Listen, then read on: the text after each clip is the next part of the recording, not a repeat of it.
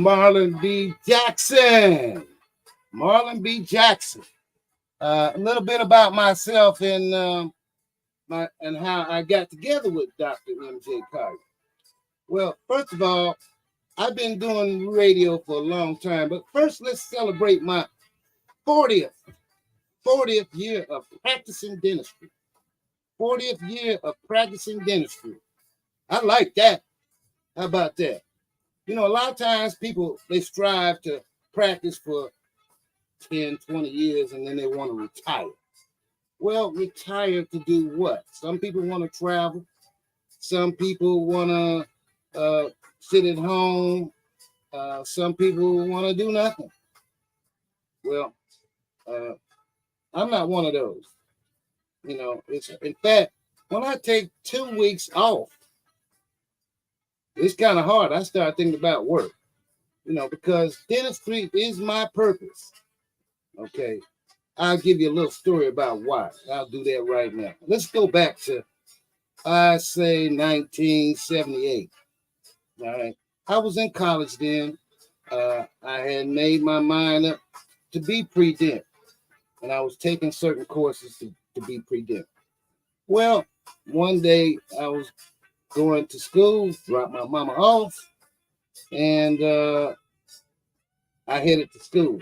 Well, a van kind of sideswiped me, and I'm gonna tell you, this was something. It was hellacious and miraculous at the same time. This was back in the day when they had bench seating, and back in the day when we did not have to wear our seatbelts. All right. Also back in the day when they didn't have contacts. So I was wearing glasses. And by the way, if I wear glasses, they kind of fit. So that's another story. Well, anyway, this van sideswiped me. It hit me, and it knocked me from the driver's side of the car to the passenger side. Wow. Not only did it knock me to the driver's side, to the passenger side, it also knocked my Coke bottle glasses in the back seat. All right. So here we are, the car going 40, 50 miles an hour, and there is no driver, and the driver is on the passenger side and can't see much. I do know I was on the highway, 4-lane highway on each side, and the only thing I can think of at that time is, wow, I'm going fast. I did think I saw my life in front of me at that time, but I couldn't see nothing else because I was kind of blind a little bit. And the first thing I thought was, I'm not going to be a dentist. And it was crazy. That accident was crazy. I went off the side of the road, but they had curbs. And the front tire of my car hit the curb, and it went perpendicular back onto the highway. And I said, oh, I know I'm in trouble. Well, when I didn't hit. No car hit. The first 2 cars didn't hit me. They went on by. All I could see was some whizzing though.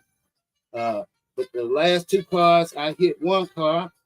That car spun 360 degrees and hit me. And for some reason, my car miraculously went airborne.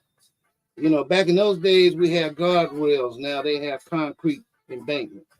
Well, my car still flew like the movie Chitty Chitty Bang Bang.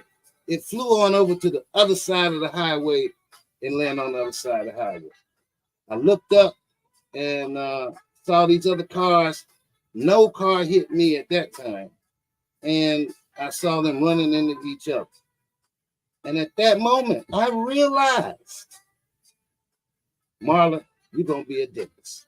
So that's how I figured out my purpose, because I was able to keep sustain without much injury. Of course, I had a few problems here and there, but no soft tissue problems, no broken bones. And it was, like I said, I was on that career path to being a dentist. So 40, well, that was longer than 40 years, but 40 years from starting to practice, I still feel the same zest. I still have the same magic.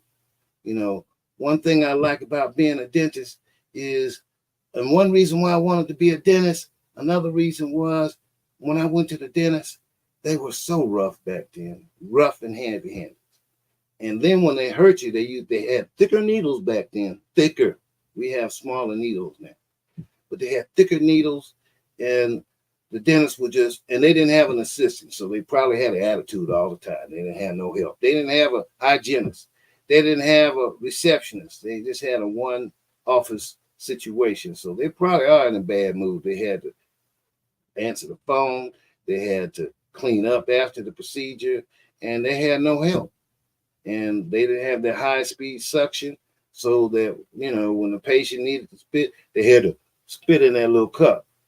All right. Sometimes it was sloppy from anesthesia, and they might miss the cup. Well, the doctor has to go after the procedure, has to go clean all that up. Well, I was scared from that. My dentist would, you know, kind of lean on me and all that, and I was like, you know, I want to be a dentist, and I want to fight the stereotype. Okay. Wanted to fight the stereotype. And let me tell you how well, you know, another thing I was into was music. And I know I can't get into a lot, but I just want to give y'all a little bit about how Dr. Jackson rolls. I'm into music. One of the things that me and Dr. Collier got into was being hip hop docs. We were hip hop docs. And he took the moniker hip hop doc. And at the same time, I was taking Atlanta's best DDS. All right. One of the things I would say is something like this is Dr. Marlon Jackson is here to bequeath a $7 million smile Hollywood teeth. That is my mission. And I perform it with stealth because fear of the dentist won't lead to good health. All right. Had some other things to go, but yeah, that's what some of the things that I would do. But like I said, 40 years. And guess what? I almost didn't make this show. I almost didn't make it. I was at another location. I'll go ahead and say it. I was at Southside Medical Center. I worked there too, and I want to give everybody kudos there, especially the ones who helped me make it on time, like Aberg and DeBorder and the patient. You know, first of all, I was in a difficult situation. It got kind of difficult, and you know, sometimes Murphy Law happens at the inopportune time. And but guess what? You know, because I have that 40 years, I was able to keep my poise, get the patient, complete the procedure, and get here. All right. So like I said, I wanted to give some special shout out to them people because they helped make it happen. All right. Well, you know, I can run my mouth, but I'm not here to run my mouth. This is not a monologue. This is a conversation. So if you have any questions about your dental health, give Dr. Jackson, send me your comment, and so I can air them. The format will be like this. Give us your first name and where you're calling from and your question. And I'll do my best to answer it, but it shouldn't be hard, right? 40 years? Yeah, you're going to hear that a lot. Okay. All right. Miss Carolyn Brown from Michigan. All right. I love that. Okay. Makiba Bowling. You're calling from Douglasville. I love that. Welcome. Sherry Gamble. Hello. Thank you so much for tuning in. I know you could have other things to do. Okay. We got Sean Big Time Green. Like the big Brother Green. Deborah Mathis. Thank you. We appreciate you tuning in. All right. Any questions? I want y'all to have questions. You should have a lot of questions about your dental health. Okay, Anita from Columbus, South Carolina. Okay, we're getting a little further away. Thank you so much for tuning in. Thank you, Regina Miller. Same thing. You glad I came through about the accent? Well, if I didn't, you wouldn't be having me. I don't know if we'd have any hip hop docs either. All right. Well, any other questions or comments? All right. Well, good evening, Dr. Jackson. Can you discuss the connection between gum disease and his systemic health conditions? All right. Well, that's certainly something that talk about. I used to talk about that. I was concerned about that 20 years ago. But first of all, there is a bunch of connections between gum disease and systemic health conditions. All right. First of all, you've heard of high cholesterol, right? And high cholesterol and plaque. Well, plaque that might be in your heart and in your arteries, okay, is similar to the plaque that accumulates between your teeth. All right. It is about the same. So you might have periodontal disease, and that plaque, in especially in your mouth, is full. Is teeming with bacteria. That's all it is bacteria that has a what we call a mineralized structure. Okay, it's mineralized so that you cannot clean it, you cannot floss it away, and the only way that you can do that is you got the dentist has to remove it, but more than likely, especially a dentist that's been around 40 years, will have a hygienist. And I have a lovely hygienist, by the way, super hygienist, and a happy one. All right. So kudos to Marsha over here. But hey, I've got some hygienists at Southside, but I've worked with Marsha for going on 16, 17 years, something like that. I believe in stability. Okay. So people that associate or work with me, once they get with me, they tend not to leave because I kind of know how to treat them. All right. If they got the basic skills, willingness to learn, and loyalty, commitment, I give my all. So, hey, you don't get that everywhere. Plus, I tell a lot of corny jokes, real corny. Some of it, it could be cream corn. Some of it might be straight off the cob. You won't know until you get that Atlanta's best DDS experience. But yeah, there is a connection between gum disease and systemic health conditions. Okay, for example, if you have diabetes, you tend to have your gum disease or periodontal disease tend to be more severe. All right. If you have gum disease, you also tend to have halitosis, or what I got several terms for it. Y'all might know it as bad breath. I call it about face breath. I can call it horse kicking breath because some people's breath, it smells so bad, their mouth is closed, but you can still smell it. All right. And we all know that when people have bad breath, everybody talks about them when they leave the room. As soon as they talk about them, everybody's like, whoa, whoa, whoa, whoa, whoa, whoa, whoa. This person got to see the dentist. So, Jackie, that's a great question. Love that. Anybody else have any questions? Okay, Derek, I'm a 47-year-old Black man. What are the different options for replacing missing teeth, and how do they compare? Excellent question. Well, if you have missing teeth, a lot of times people missing teeth, they're missing teeth because they have cavities, the tooth might hurt, and it's no longer, it's into the nerve, or it might be infected, and they have one option or two options: take the tooth out, which is a cheaper option, or save it with a root canal and a crown. Well, a lot of people might have heard some of the tales of having a root canal, or they just don't like the idea, or they don't want to come off that money, or that luce, as they call it, dinero. And what happens is they get the tooth out. But once they begin that process, they start evaluating their teeth overall. And so when they have a problem, they'll have another extraction. Next thing you know, a lot of people might have some missing teeth, but some people may not fit the category. Some people may have perfectly good teeth, and they develop periodontal disease because they go to the dentist a few times. The dentist says, "Oh, you got nice teeth, no cavities," and so they say, "Okay, I'm immune to decay." You might be, but you're not immune to periodontal disease, especially if you let the periodontal disease form between your teeth. And a lot of people around that age of 47, they begin to have periodontal disease. Some people may have it severe to where the teeth prematurely loosen and either have to be taken out or fall out.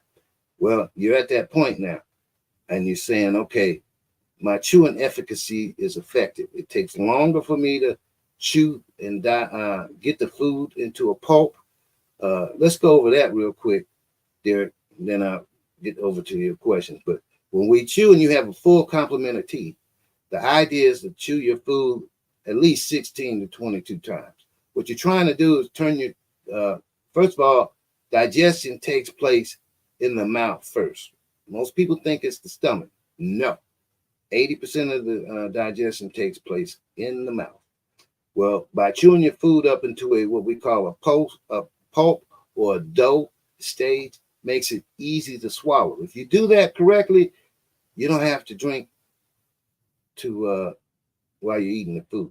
In fact, I would refrain from drinking while eating the food, because once you drink and you use that versus chewing your teeth, the food is half digested and then it passes in your stomach, causes some other options. So when you have missing teeth, you have your chewing efficacy goes down.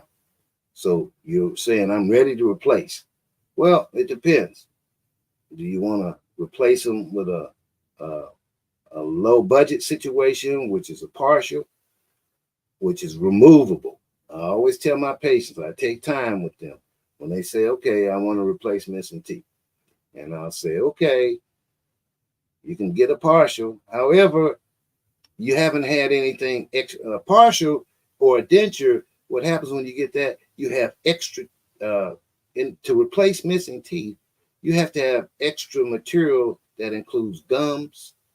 And sometimes they have these little silver clasps that fit over your teeth, and they can be unsightly, especially if you're young, if you're a woman. Women tend to be more conscious of their aesthetics, and having little silver hooks may detract. So partial may not be the one for you. However, it's the cheapest. Then another method is fixed. There's two types of fixed teeth. One is implants with crowns, which tends to be the better situation. The next step down is a bridge. A bridge. And what a bridge is where you have to cap both teeth. You have to have two teeth between the space, two teeth.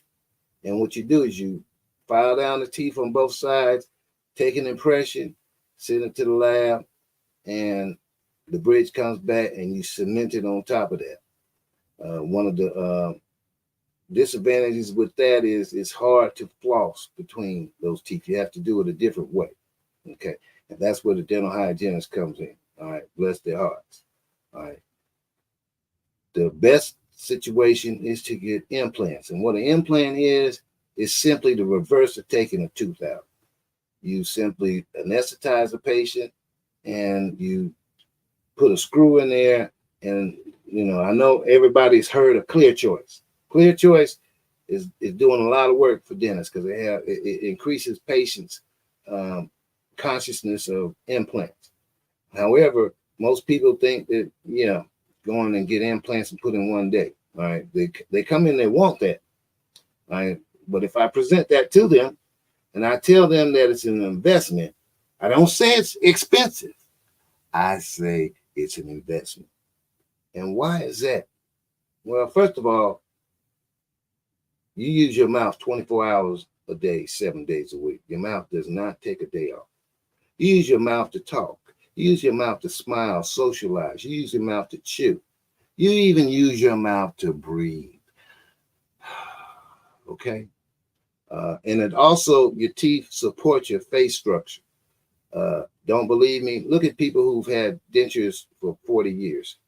Okay? Over time, they have that. Their chin tends to jut out from their face, and it's sunken in the cheeks. And they might be 47 years old. They might have had denture for 20 years, but they look older. Well, anyway, you have partials, fixed bridges, implants, and crowns. All right. Like I said, depending on your budget, that one's for you.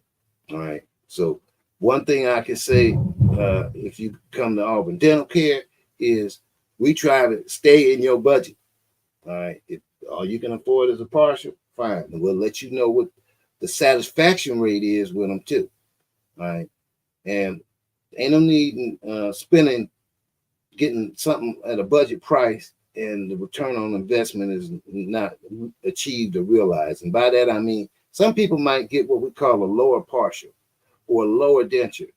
And I try to tell anybody who gets a lot of teeth removed, do not, if they can, remove all their teeth. You need to have some teeth in place. If you don't and you get a denture, what you're going to find is you're going to exchange, because this is what I hear all the time. I'm tired of these teeth. I'm tired of them. And I want to get a denture. Okay, well, fine. We could take the teeth out. Well, little do they know they're exchanging tooth problems for denture problems. All right. Tooth problems for denture problems. Okay. You don't want that. But very good question. I hope I answered it for you. Sometimes I can be a little long-winded. So, but okay. And Kennedy says, hello. How can you use what can you use to brighten or whiten your teeth? Dental offices don't do that anymore. Do I have to request it? Well, not at Auburn Dental Care. What we usually do at Auburn Dental Care, like I said, I try to, we have a place where, like I said, we try to do full mouth reconstruction. We can do, and we can try to do it for a baller on a budget or for people who want that $1 million Hollywood smile where no one can tell you've been to the dentist. All right. We have a continuum. We want to be able to accommodate everybody. But whitening, all right. And whitening is when you apply a chemical to the tooth, and sometimes you can put it in a tray or you can use a light, and you can brighten your teeth sometimes 10 to 15 shades. Okay. And we have it here, and you don't have to request it. Sometimes I'll look at a person and I can feel them out until, some people have a white consciousness and they want to achieve their teeth. They want their teeth to be as white as possible. All right. And then a lot of times when they're having what we call aesthetic work, what is aesthetic to me? Anything that you can see when you smile. Like myself, I don't show all my teeth when I smile. I don't show my lower teeth, but some people, you can see all 32. Okay. Let's just take Dr. MJ Collier. He shows more teeth. He can show his uppers and lower. All right. Well, that zone is called aesthetic, what you see. And what you don't see is not necessarily aesthetic. But if you're having work or you want to have crowns or anything like that, or even if you need to have a lot of fillings, I would suggest that you have that done before we do that work. Because a lot of times we'll get to doing work on patients and we make their those ugly, unsightly decay or rotated teeth, make them look, aligned and make them look good. And then all of a sudden, when we start to go to the other work, then they'll say, oh, I want to get my teeth whitened or bleached. And what I have to tell them is, well, we're going to probably whiten the teeth more whiter than the fillings, but the fillings are not going to whiten. They're going to stay about the same. So if you're interested in doing whitening, first thing you want to do is get your teeth cleaned by a hygienist. Sometimes they'll whiten their teeth just removing the plaque and the capillaries. They'll whiten your teeth 5 shades just from that, or the smoking, okay, or coffee. All right. So they'll whiten it that way. But if you're interested, you might want to inquire early. Don't wait too late, because then you might have to redo some work, and that can mean extra more investment. And I'm going to start talking about investment because, like I said, your teeth, your mouth, it works for you 24/7. All right. If you really want to put your money where your mouth is, you'll spend the money. All right. It's not uncalled for these days to hear, especially the people that you see on television before you, and some of these celebrities and so forth, before they make their money, if you can see them, you'll see that they look one way before they made it. And then when they make it, they get all this work and they're spending 20s of thousands of dollars. It's not out of the question for somebody to spend $50,000 and $70,000 on their mouth. But that smile, they put their money where their mouth is. And people, when you have a smile like that, people they're mesmerized by it. Everybody has an eye for beauty. When you see beauty, you tend to concentrate on it. All right. So if you want whitening, get it early. Thank you, Ann. Great question. Do we have anybody else? Okay, Makiba Bowling. What is the best thing to do for dry mouth? It's just like right now, I'm talking and my mouth is getting a little dry, but it's caused by medication. No matter how much water I drink, I have dry mouth. All right. Well, hey, I don't have my hygienist is here right now. I'm gonna ask her that question. What do you normally offer patients for dry mouth, Marcia? Something like biotin. Okay, biotin is one thing. And if you don't have biotin around, sometime I'm gonna have to say it, one of those peppermint mints, but you can't get addicted to those because that can cause tooth decay, which can lead to other problems. But they do have a host of things, but biotin works. What else? All right. Now, you say no matter how much water you drink, first of all, you might be even more dehydrated. All right. And how do you know if you're dehydrated? Well, the first thing to know if you're dehydrated is, first of all, when you go to urinate and you finish, everybody should always look and see what their urine health or bowel health look like. But strictly speaking about urine health, if you have brown or yellowish type of urine, that's a sign that you're dehydrated. Okay, you should drink water until the point that when you do urinate, your urine should be like a Chardonnay look or clear. Okay, so you might be just dehydrated. All right, and if you drink, if you're drinking the suggested 120 ounces a day, Akiba, then a lot of people aren't. Some people may not be drinking that much, and if you drink and you urinating it right away, then you might be another issue. But there are other suggestions, but right now biotin is the most commonly used, and it tends to work. Or something that orange. An orange can make you. The only problem with that, if you eat too many oranges or lemons, that acid can attack your teeth and cause tooth decay too. But excellent question, Makiba. You're trying to make Dr. Jackson go back to school after I've been practicing 40 years, but I ain't gonna do it. Deborah Mathis. Hello, Deborah Mathis from Denton, Texas. Is there a connection between sinus problems and dental health? Absolutely, it can be. First of all, if you go to the dentist, and a lot of people might come to see me, and what I'll do is I'll listen to them and I'll ask them first of all if they have pain, and I'll say first of all, let's take a special X-ray like a Panorex X-ray. That's the one that goes from one side to the other, so you can see their jaws. You can see a whole bunch of things. You can see nerves. You can see bone level. You can see decay. You can see periapical pathology, which is abscesses. That's in the lower and the upper. Above the teeth, you can see what they call your sinuses, your nasal sinuses. That's where you, okay?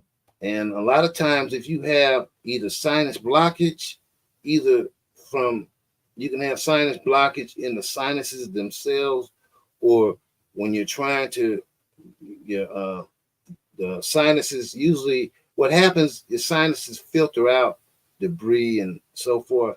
And inside of your sinuses, there's like hair-like projections called cilia. And what they do, they move debris, bacteria that's been killed, they move it forward into what we call the osteomeatus, which turns into the middle meatus, which allows you to blow your nose and you have snot or mucus. Well, if you have blockage either there or just build up from sinus pressure, that can mimic a toothache. All right. But what I normally do after I take that X-ray, I look if they don't have any cavities. I'll ask them to do something simple like just put your head, try to put your head below your knees. Some people, especially if we got that, like they say, that large stomach, they can't do it. So, but what I try to do, if you can, is just try to put your head down so that you can feel if there's pressure. If you feel pressure, then you may not have a dental problem, it may be a sinus problem. And if the dentist can treat it with the sinus, fine. Not only with antibiotics or something like I use saline spray. I use that almost every other day, especially when we're in this allergy season. I haven't used any Flonase or any allergy medicine since I've been using saline spray. All right. And what I normally do when I use it, it's a certain way you got to do it. I put 1 or 2 sprays in each nostril. I hold the nostril, but I don't just hold it. I know the sinuses go out. The sinuses look like this, and they fade out toward the side. And they also, when you do the back, it does the same thing. Fade from front to back and fade from middle to the side. And I just close my nostrils, and it takes about 20, 30 seconds to turn my head this way, turn my head this way. You see that kind of shiny up there, but do my head like this and do it like that. And what I'll try to do is try not to blow my nose for at least 5 minutes. What you're going to find is if you be patient and wait, you may not have to blow your nose. Some people will do that and blow their nose too early. But what it's doing is bringing all whatever's there is helping liquefy it and bring it out. But your sinus just might be dry, okay? And you're hydrating your sinuses. But Deborah, excellent question. Oh, but sometimes people may have dental problems and sinus problems at the same time. And how that is you may have a cavity and you may have increased, let's just say you have a tooth over here, like a first molar, and the doctor looks at your tooth and there's a cavity there, but then they'll look at the x-ray they've taken and they see that the roots of your teeth are into the sinus, which means it's real subject to sinus pressure, and it can also exacerbate the pain level that you have. All right. But usually what we try to do is take an x-ray and make sure that the teeth are healthy. And if they're healthy, if necessary, make a referral to the family practitioner or primary care provider. Or if there's problems, we try to treat it. If it sometimes they may need root canals, and the provider may need to refer them to an endodontist if they don't do that. But excellent question, Deborah. Love that. From Denton, Texas, by the way. Thank you. Okay. All right. Here we go. Is native toothpaste good? All right. Well, I do have the expert on trying to do dentifrices, but I can tell you this. When you go down the aisle of a store, let's just say one of the common stores in your area, seeing how we have people calling from around the country, notice that there's at least 30, maybe 40 brands of toothpaste, 5 or 6 brands of mouthwash, and who knows how many toothbrushes. So native toothpaste, are you talking about something that's natural? I think you are. But give her a suggestion, Amita, a suggestion about the types of toothpaste to use. Well, you're really getting just fluoride out of toothpaste for the most part. There are some other brands out there that add additives to help, such like Sensodyne, Pronamel, but generally you're getting fluoride basically out of toothpaste. Now, some people out here are against fluoride. There is a brand on the market, Tums, that Tums that do not add fluoride to it, but I have seen patients that use Tums and develop cavities afterwards. So you have to weigh the pros and the cons. You're not eating the whole tube of toothpaste. I hope you're not. You should be only brushing with a pea size of toothpaste, and that's basically a topical effect. It's not a systemic where you're actually eating. So it's just a topical.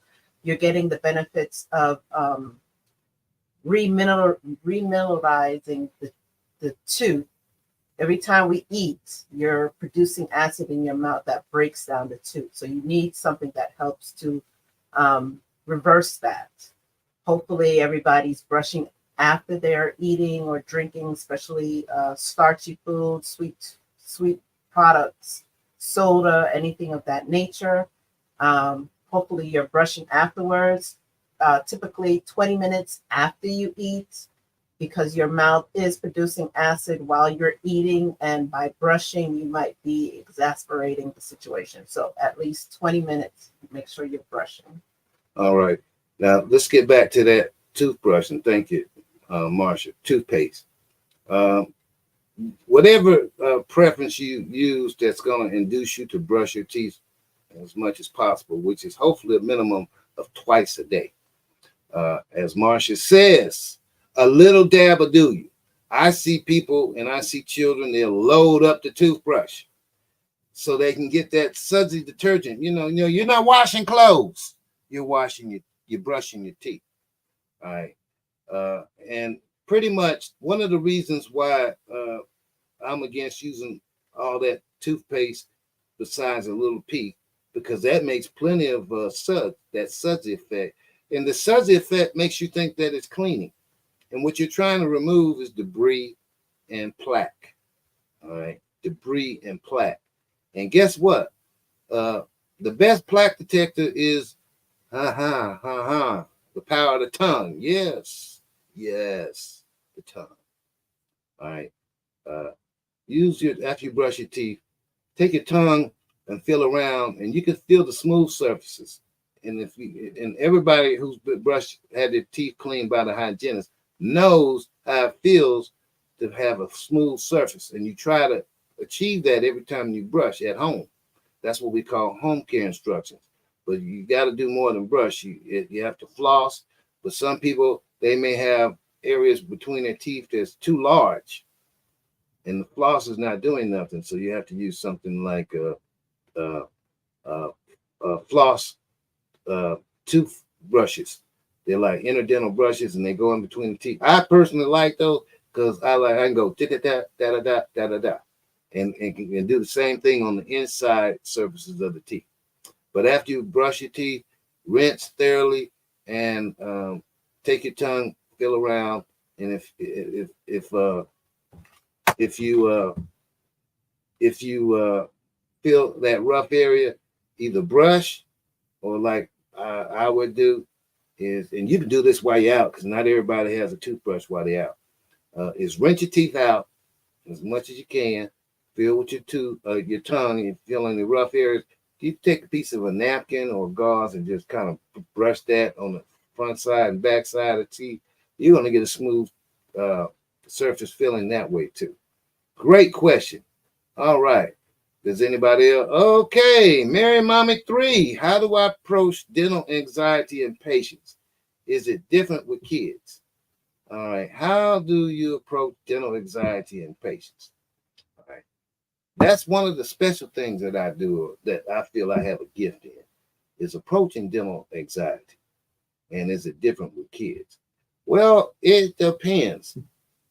If you're like me and my experience with kids, while I was a kid, if you have a rough dentist and one that doesn't appreciate the child, and sometimes what a dentist should be able to do is this: when you see a child, if there's just a few fillings, cavities here and there, and you can fill them, fine.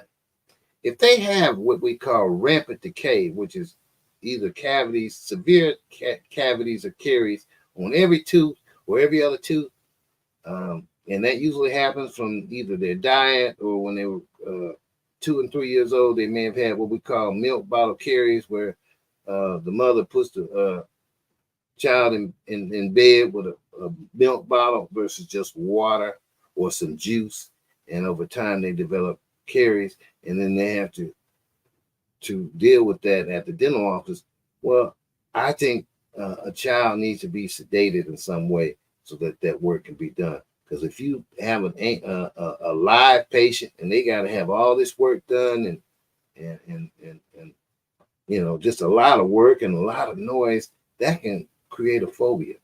So with kids, the dentist should be able to say, is this rampant decay? And unless they have a strong pedodontic background to where they can deal with that, and even if they do, they usually have some form of sedation. But how do I do it? Well, first of all, I try to recognize things. When you're sitting in my chair, when you're sitting in Dr. Jackson's chair, as I'm telling a corny joke or asking you a question, I'm looking at your nonverbals.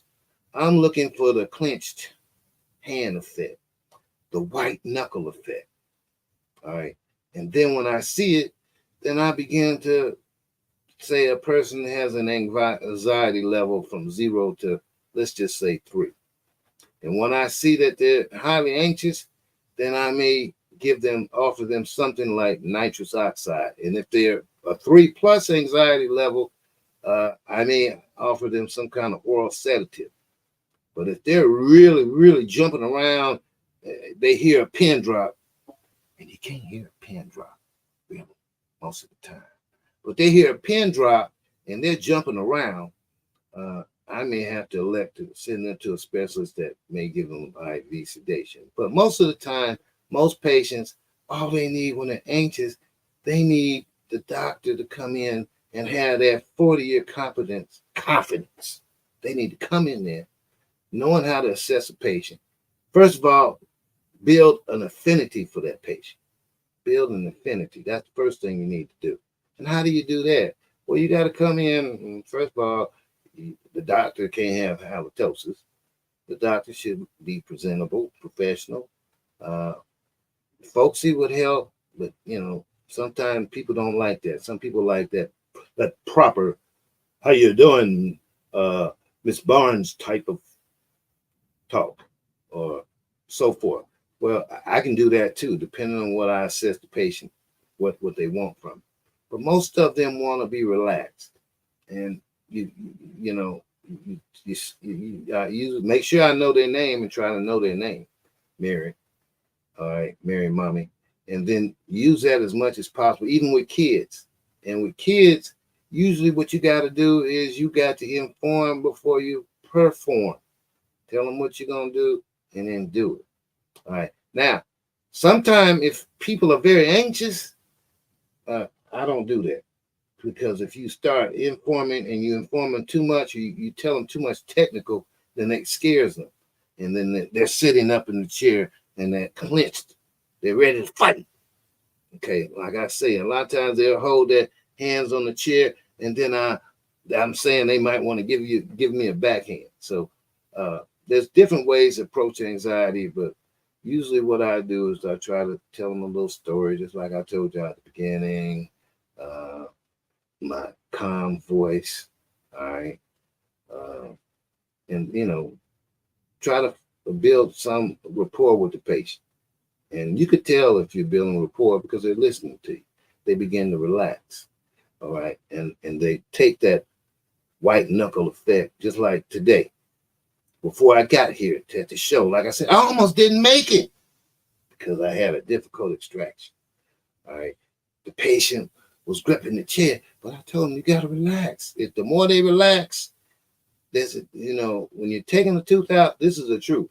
When you take a tooth out, the more tense the person is, the harder it is to get it out. So I tell them they have to relax their hands, sometimes cross their legs, so that they're in a relaxed mode. And when they're in a relaxed mode, then the tooth magically tends to come out better. I can't tell you why, but and then having great staff also helps reduce dental anxiety a lot. Sometimes you may not need nitrous if you got great staff. They know how to explain, or they know how to distract the patient. So there's a lot of ways. I can't tell everybody my secret. There might be other dentists listening, so they can't get it. If they don't have it, they're not getting it from me. This is for the patients. All right. Great question, Mary Mother. All right, Miss Money Queen. I like that name. Can you explain the process of getting dental implants? Oh, yeah, I'd love to. All right. Well, first of all, as I said earlier in the podcast, getting an implant is the reverse of taking a tooth out. All right. But first of all, when you get an implant, you have, first of all, the dentist has to determine there's available width of bone and height, the thickness of the bone, and then the height of the bone. That helps determine the size of the implant and the type of implant. But it's pretty easy. What you do is you got to anesthetize the patient. All right, you anesthetize the patient, and sometimes you don't have to do what we call a flap, where you open the flap to expose the bone. Sometimes you can go right through the gum. But let's say that you open the flap. That's the best way, so you can make sure that you're guiding the implant in the right direction and it doesn't come out the side somewhere. But you, after you did what you call elevate a flap, and the flap is exposed, and this is pre-planning now. You should know exactly where the implant should go. And what happens is we take a series of drills that we go in, and once we pick a site and we start drilling, that site is called an osteotomy. Okay. So we make a series of increasingly enlarged diameter drills until we get to the size we want. Then we take the implant. Well, the implant is like a screw. So once you get the implant, the size right, and you're ready to put the implant in, what we do is simply the machine that we use to place the implant, we load it onto like an implant driver onto the tooth, onto the implant, and we position, the dentist positions the implant and watches it as it turns into the osteotomy. And at that time, you can adjust it a little bit, making sure you have the optimum angulation of the implant. All right. And you usually put it in, and after a while, you saw what they call a ratchet driver, where you hear the mechanical click, click, click. Well, that's how we also do to place the implant in. And when we place an implant in, it's usually, if anybody hears me do it, they'll hear me tap on it at the end. Because if I hear that ring in it, I know it's in there. If it's hollow, then that means that there's some space and it's a little loose and it may fail. Okay. Implants, the success rate of an implant is like this. Implant success is up like 97, 98%. Okay.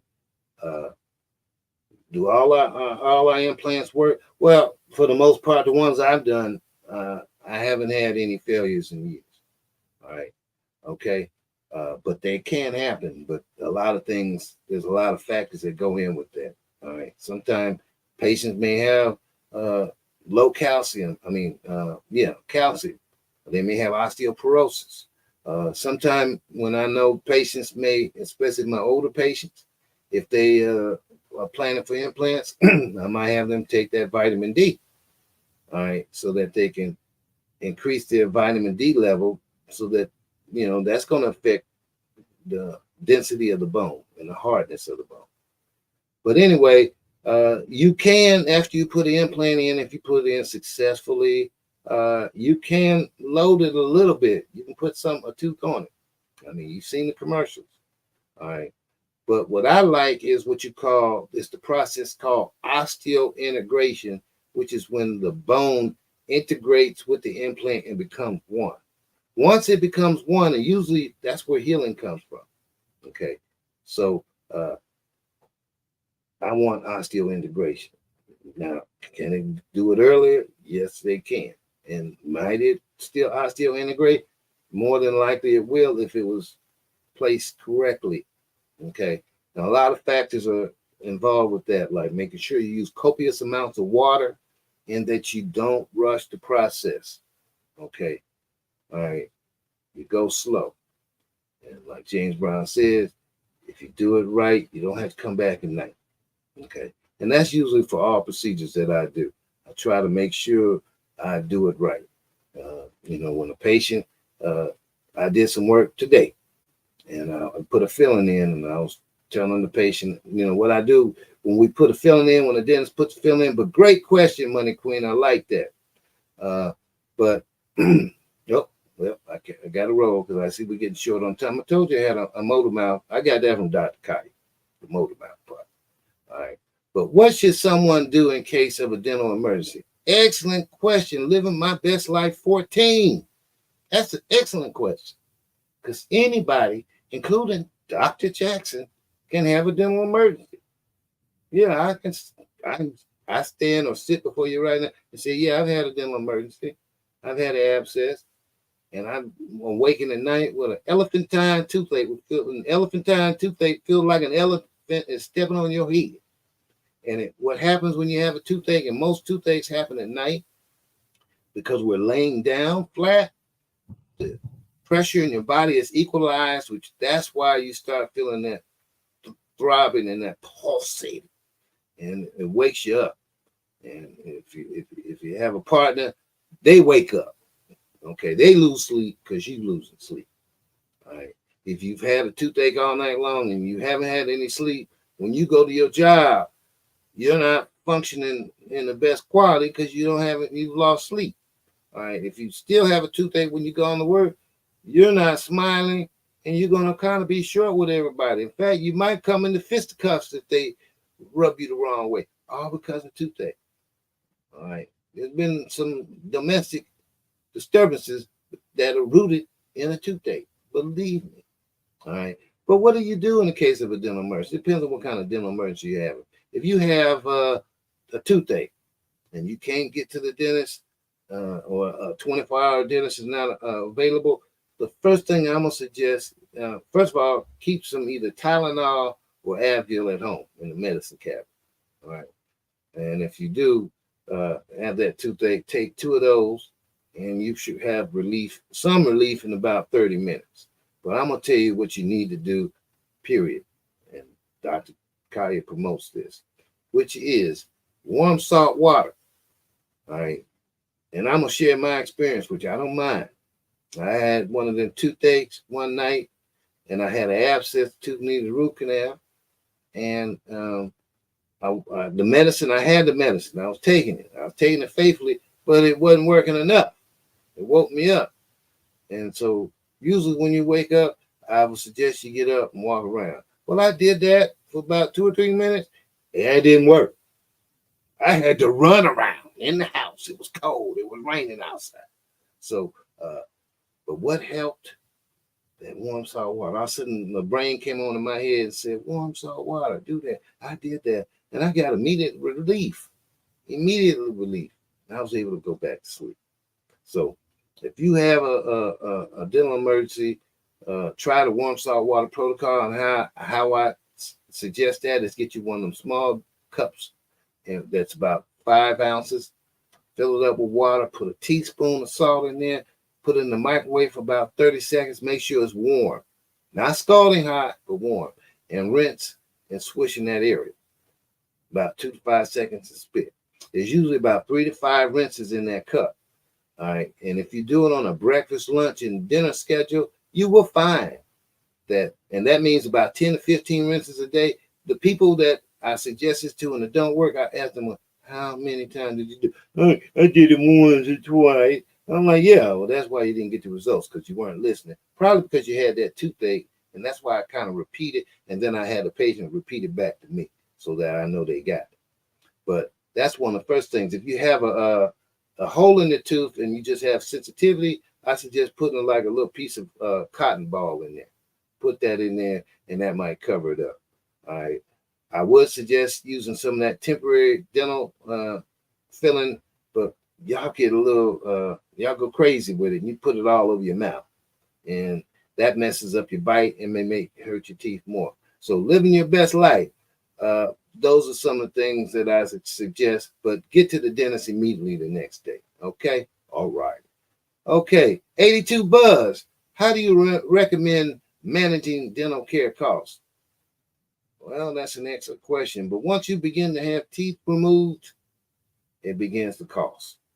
All right. If you try to keep all 32 of them, or let's say 28, you take the wisdom teeth out because you can't clean them. You have 28 teeth. If you go see a dentist and they do an exam and they say you got cavities, if every 6 months, things don't normally get too bad in a regular mouth.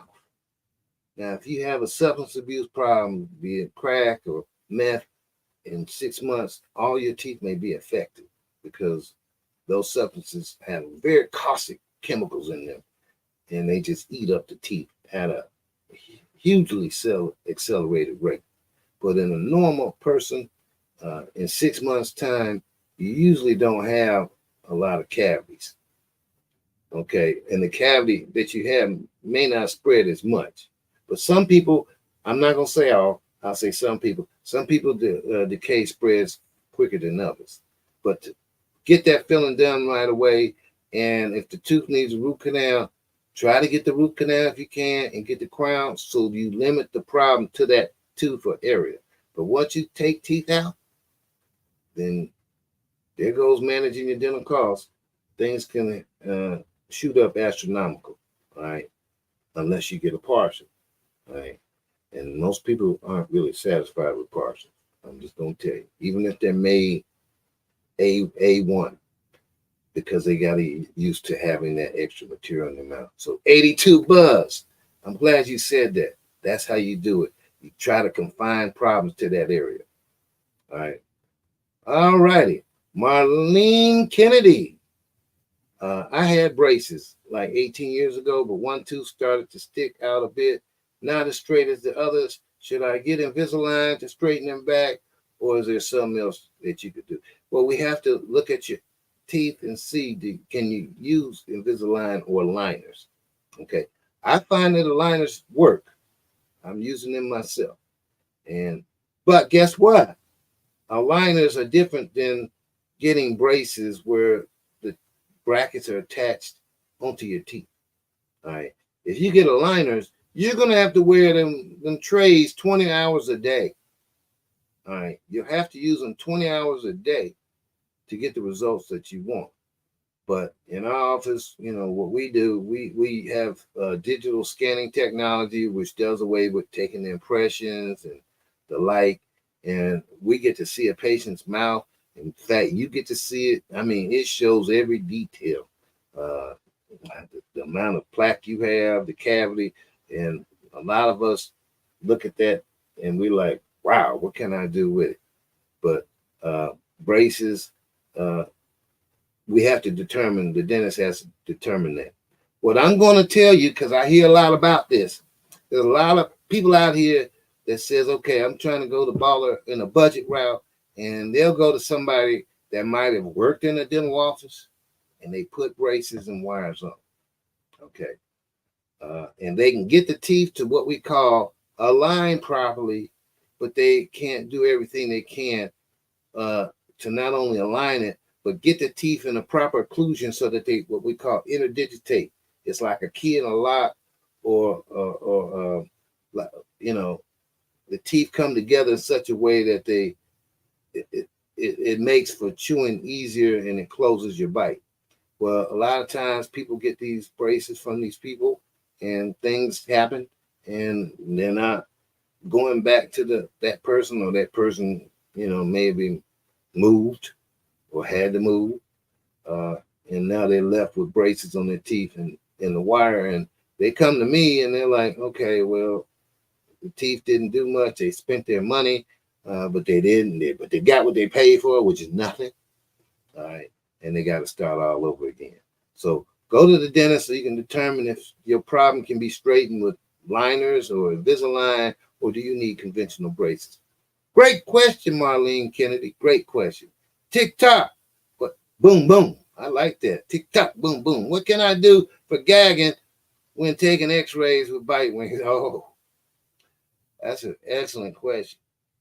It's kind of hard, but there's a couple of scenarios or solutions that may be possible. Sometimes you can put a little salt on the back of the in the back of their throat area, that and wait a little while. That may take it away.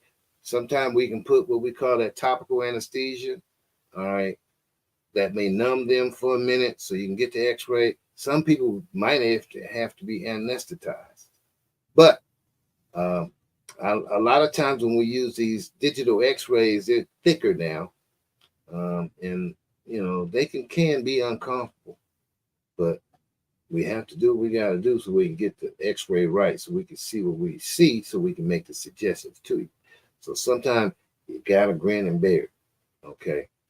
Sometimes when there's a tough situation, and I'm trying to get the patient through it, I tell them you can slap me afterwards or pinch me. Most of the time they don't, but I'll say anything to get them through. But anyway, I like tick-tock, boom, boom. I'm gonna have the tick-tock, boom, room. I'm gonna have to take that from you, tick-tock. All righty. Okay. Now, is it true that you should not use mouthwash right after brushing your teeth? Okay. All right, Marsha, what answer you got to that? I haven't heard anything on that. After you brush? I haven't heard anything either, but if you have to use mouthwash after you brush your teeth, you probably got some periodontal problems, and you probably got that about anti-kissing sweet breath or that horse kicking breath, and you're trying to do whatever you got to do to keep that monster down, but you got to go to the dentist. More than likely, you may have periodontal disease or rampant decay, and we need to do something about that. Nat, good question. Thank you. All right, while I'm waiting for the next question, I definitely want to thank my folks at Southside, but especially Auburn Dental Care, where we delight without delay. Isn't that right, Marsha? Yes. Isn't that right? Okay, I'm going to answer your question, Marsha. Hold on a minute. Myra, when you come to the front, you're going to see Myra. She's going to answer as soon as possible. There's not a lot of ringing. And then when you come to the back, you're going to see Dr. Jackson, but you're going to get K. K is, and I call her K right now, because when you come in there, I may ask you to do something. I'm going to give you a chance to make some money. But anyway, Kay is, she's very knowledgeable. She's very patient conscious. She don't like to wait. She tries to move fast for you. And she's very funny. All right. And then right now we got the Sand Lady. She just joined us. She's right out of school, and we're going to get her up to speed in no time. And then you have yours truly, Dr. Marlon Jackson, the one that keeps it real and makes it plain, keeping healthy, free of pain, discussing topics live. But what if they're pregnant? Well, first of all, it depends on what's pregnancy. You got to wait till after usually the third month, because the formative years is right then. But you definitely want to clean their teeth throughout the pregnancy, because they can have pregnancy gingivitis. You can have pregnancy diabetes and gingivitis. But Marsha, what do you have to add to that? Well, just like you said, you want to wait till the second trimester.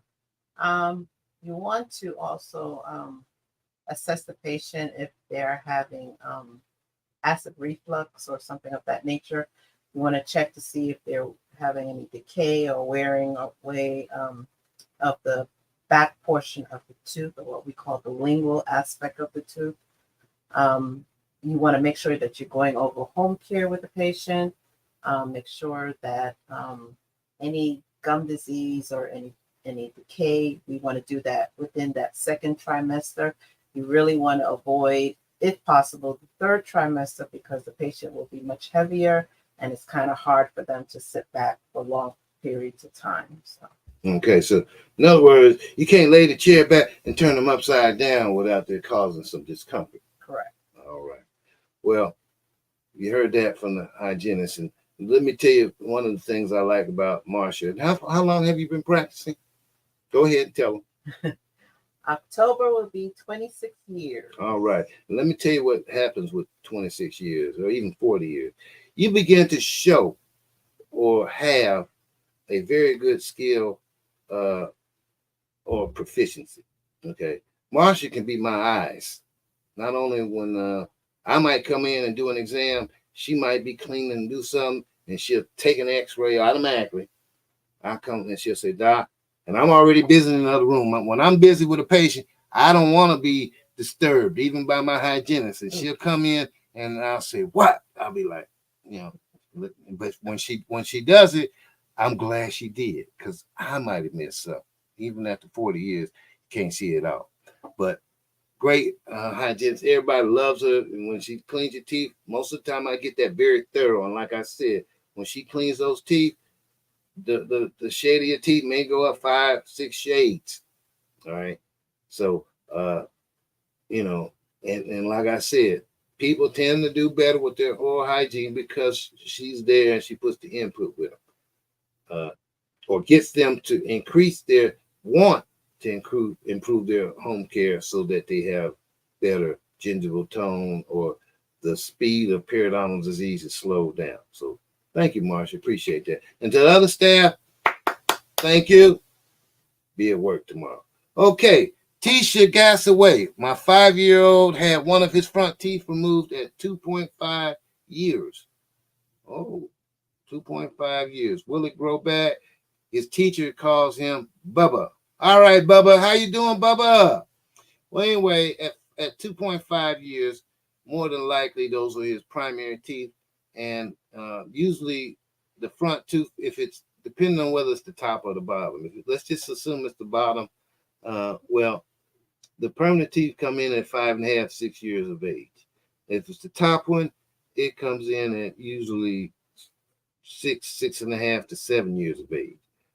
What I would be concerned about when a tooth is removed on a 5-year-old is maintaining the space, because once you remove teeth, the teeth tend to shift in closed spaces and can crowd out the permanent teeth. So a lot of times what I would do is I would suggest at that time making sure Bubba or whoever has in that situation a space maintainer. Sometimes you can have space maintainers that look like teeth, and that's good because a lot of times when even children, when they lose teeth, they become self-conscious. They don't smile as much, which makes you think they have an attitude, when it's really they're ashamed of their self-worth and their presentation to the world. But hopefully, Bubba gets his tooth back in a year if it's the lower, and in a year and a half it's the upper. Okay, I'm sure he's handsome either way. Great question, Tisha. Kimberly Robinson. After chemo and radiation, is it necessary to visit the dentist every 6 months after treatment? Yes, it should be like that for anybody, every 6 months, because very few things can happen in 6 months. One thing that I would be concerned about as a dentist is if chemo and radiation mean you have been diagnosed with cancer. And usually when you've been diagnosed with cancer, they usually say before you get chemo or radiation that you get all your teeth fixed. And if any teeth need to be removed, they should be removed. Because if you try to get teeth removed after cancer, after chemo and radiation, you can get a condition called radionecrosis, where the bone acts funny and it starts necrotic. It starts dying. After you get a tooth pulled, the bone all around the tooth, and sometimes it can be the whole jaw, which can lead to a very serious situation. So, yes, everybody needs to get their teeth checked every 6 months. Like I said, very few things happen in 6 months. Isn't that right, Marcia? Yes, that's standard care. All right. Great question, Kimberly Robinson. Do we have any other questions? Lynn E. What can be done for receding gums? Now, that is what perplexed me. My dentist blamed it on the way I was brushing my teeth. Well, that is part of the problem, how we brush our teeth, because especially if you're, let's say you're a right-handed person, you might brush okay on your right side, but you're trying to compensate on your left side by probably brushing and putting too much additional pressure on the teeth. Sometimes it can be some of the medication. Sometimes it can be if you have gastrointestinal problems. Okay, they call it gastro GERD. The acid from burping comes up on your teeth, and the inside can cause not just the teeth to erode, but the gums to recede. And sometimes it can be father time. You get old, things happen. You don't stay the same. What would be your suggestions about recession, Marsha? Um, it can also be from gum disease. As you lose bone around the teeth, your gums will migrate or move to more towards the root, and then the tooth looks long. Um, as far as preventing, I guess that's what you're trying to state. We just have to be mindful of how we're brushing, the type of pressure we're putting on the brush itself, not being aggressive or rough on our teeth. Make sure you're using a soft bristle toothbrush.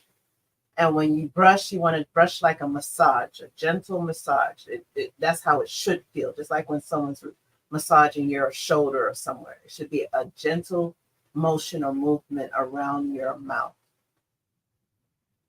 Okay. You heard it from the hygienist.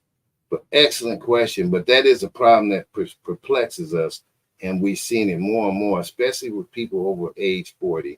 They tend to have more recession. Dr. Jackson has a little recession, but I see it on almost 3 out of 4 adult patients over 40, right? Yeah. It's highly prevalent. Right. Do we have any other questions, or is this the end of the is this the 9th inning, the end of the ball game? Okay, well, I'm assuming it is.